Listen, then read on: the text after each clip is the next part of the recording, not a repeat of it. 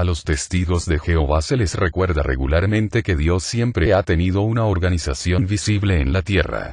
A ellos se les ha dicho además, que el obedecer a su organización es lo mismo que obedecer a Jehová y a Jesús.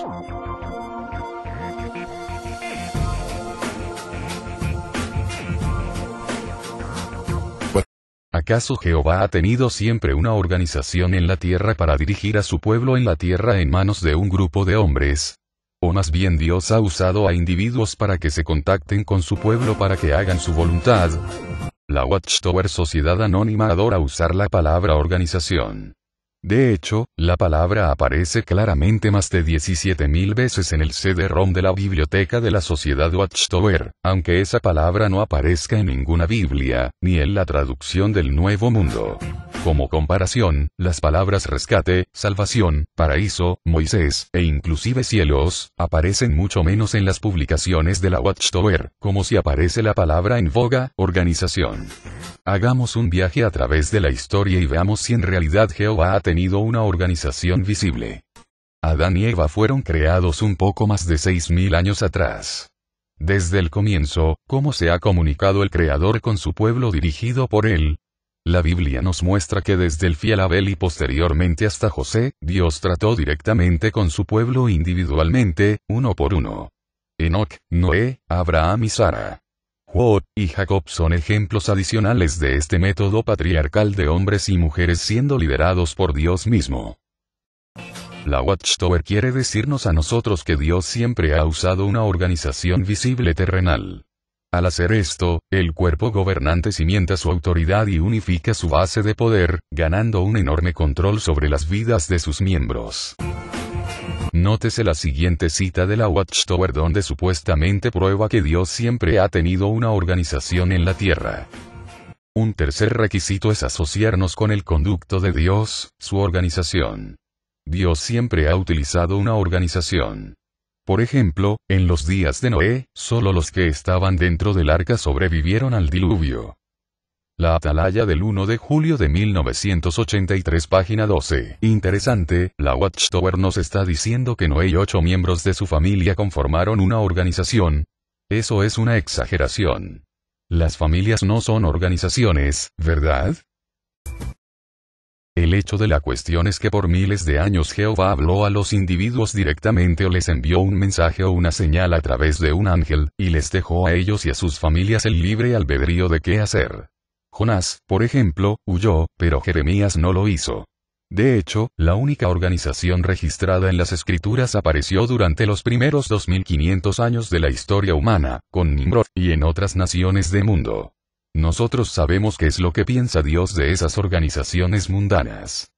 Esta forma de liderazgo individual por Dios continuó por cientos de años, hasta el tiempo de Moisés en que la nación de Israel fue formada en 1513 a.C. Hasta ese momento no existía ninguna organización terrenal escogida por Jehová, solamente su pueblo liderado y dirigido directamente por Dios. Después del Sinaí, la recién formada nación de Israel existió por poco más de 1500 años, hasta que fue desmantelada por los romanos. Pero decayó rápidamente después de la época de Moisés, y dentro de unos pocos cientos de años Isaías escribió: Mucho tiempo hace que llegamos a ser como aquellos sobre quienes no gobernaste, como aquellos sobre quienes no se había llamado tu nombre. Isaías dijo que la nación no era mejor que los otros grupos mundanos alrededor de ellos. Así que entonces Jehová recurrió al uso de ciertos individuos solitarios en contra de esta nación apóstata. Elías, David, Jeremías y otros. Los hombres con el poder y el control se resistieron a las palabras de estos fieles profetas y trataron de asesinarlos. Eso nos lleva hasta el primer siglo. Por lo pronto, 4000 años habían pasado y todavía Dios estaba usando individuos rectos para proclamar sus verdades, algunas veces en directa oposición a sus líderes nominados. Cuando Jesús se apareció a los escribas y fariseos judíos, estos hicieron todo lo que estaba a su alcance y en su poder para oponerse al Hijo de Dios. Algunos se atrevieron a ir en contra de la jerarquía y lo siguieron a él de todos modos. Jehová estaba otra vez lidiando con un solo hombre, Jesucristo. Cristo estableció su congregación alrededor de sus apóstoles y otros discípulos. Dentro de algunos años fue necesario para Cristo lidiar con un hombre en particular, Pablo. Porque el glorificado Jesús pasó por alto a todo su cuerpo apostólico en Jerusalén para lidiar con un perseguidor de los cristianos. Esta es una interesante lección de organización. Cristo Jesús no estaba atado a ningún tal llamado cuerpo gobernante en Jerusalén. Esto demuestra además que Pablo no fue inmediatamente a un cuerpo gobernante en Jerusalén para sacar una cita. Esto lo podemos leer del mismo Pablo a los Gálatas capítulo 1 versos 15 al 22. Pero cuando Dios, que me separó de la matriz de mi madre y me llamó por su bondad inmerecida, tuvo a bien revelar a su Hijo con relación a mí, para que yo declarara las buenas nuevas acerca de él a las naciones, no me puse a conferenciar inmediatamente con carne y sangre. Tampoco subí a Jerusalén a los que eran apóstoles antes que yo, sino que me fui a Arabia, y volví de nuevo a Damasco. Entonces, 3 años después subí a Jerusalén para visitar a Cefas, y me quedé con él 15 días. Pero de los apóstoles no vi a ningún otro, sino solo a Santiago el hermano del Señor.